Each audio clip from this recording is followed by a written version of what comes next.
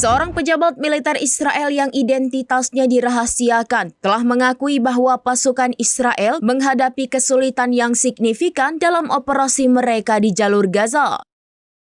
Ia menyoroti kompleksitas taktik bawah tanah Hamas yang disebut-sebut melebihi perkiraan awal. Dalam pernyataannya yang dilaporkan oleh media Kaberni pada 25 Agustus 2025, pejabat tersebut secara spesifik menguraikan tantangan yang dihadapi militer Israel terutama sejak dimulainya tahap awal serangan ke kota Gaza.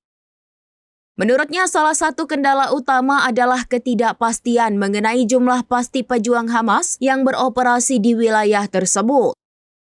Lebih lanjut, ia juga mengungkapkan bahwa jaringan terowongan Hamas jauh lebih rumit daripada yang dibayangkan sebelumnya. Pejabat itu bahkan memperingatkan bahwa upaya untuk menghancurkan kota Gaza, baik di atas maupun di bawah tanah, diperkirakan akan memakan waktu lebih dari 1 tahun. Pernyataan ini merujuk pada operasi serupa yang terjadi di Beit Hanun, Gaza Utara.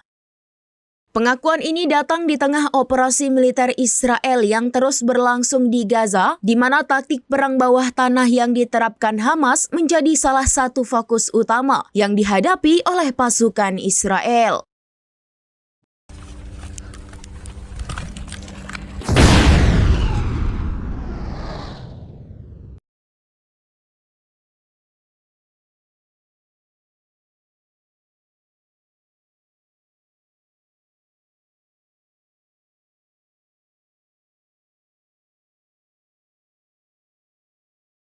Download Tribun X sekarang, menghadirkan lokal menjadi Indonesia.